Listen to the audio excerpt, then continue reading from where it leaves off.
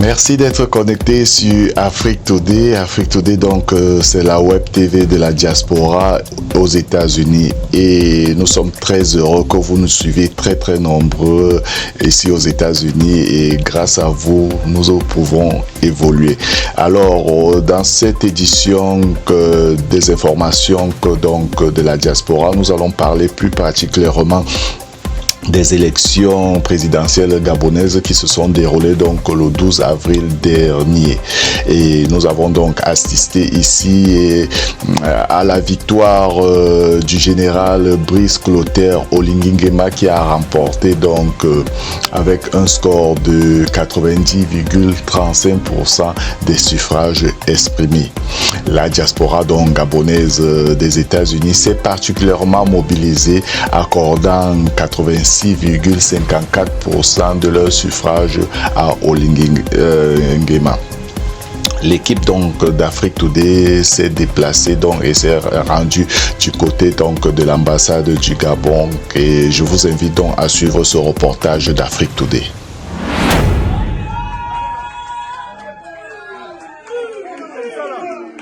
Le général Brice Clotaire Oligui Nguema a remporté, sans grande surprise, l'élection présidentielle gabonaise du 12 avril 2025 avec un score écrasant de 90,35% des suffrages exprimés, selon les résultats provisoires publiés par le ministère de l'Intérieur.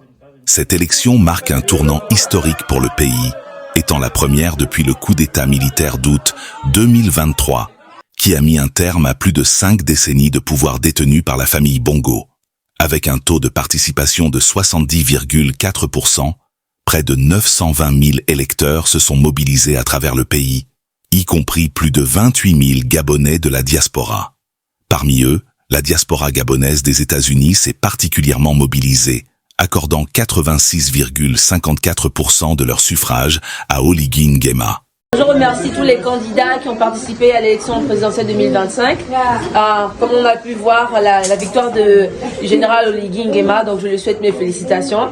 Et merci à tous les candidats qui se sont présentés. Et je remercie tous les peuples gabonais qui ont voté massivement à cette élection. Et nous espérons maintenant qu'Oligui fera ce qu'il doit faire et garder sa parole. Merci. L'atmosphère est comparativement à 2016-2023, l'atmosphère est agréable.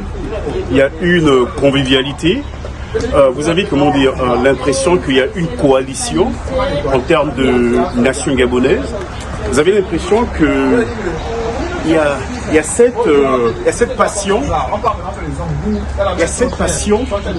pour pouvoir concrétiser ce nouveau départ.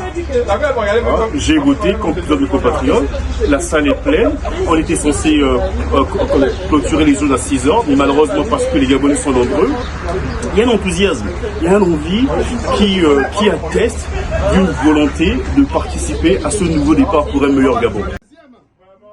Le principal opposant, Alain-Claude Billy Binze, ancien Premier ministre sous Ali Bongo, n'a recueilli que 3,02% des voix, tandis que les 6 autres candidats n'ont pas franchi la barre symbolique de 1%. Ce scrutin, organisé sous l'égide de la nouvelle constitution adoptée en novembre 2024, confère désormais au président un mandat de 7 ans renouvelable une seule fois, redéfinissant ainsi les règles du jeu politique au Gabon.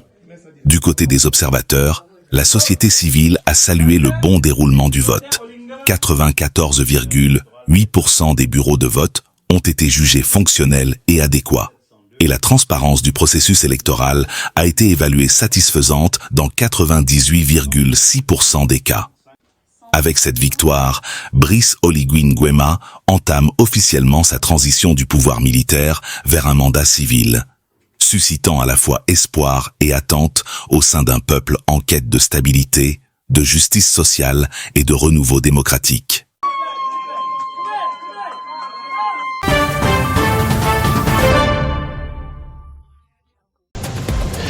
Merci d'avoir suivi ce très beau reportage d'Afrique Today. Je vous rappelle que vous pouvez vous abonner sur toutes nos plateformes. Nous sommes disponibles sur Facebook, sur Instagram, sur YouTube et sur Twitter, généralement appelé aujourd'hui X. Alors, toutes les informations aussi de la diaspora sont disponibles directement sur notre site internet www.afriquetoday.com.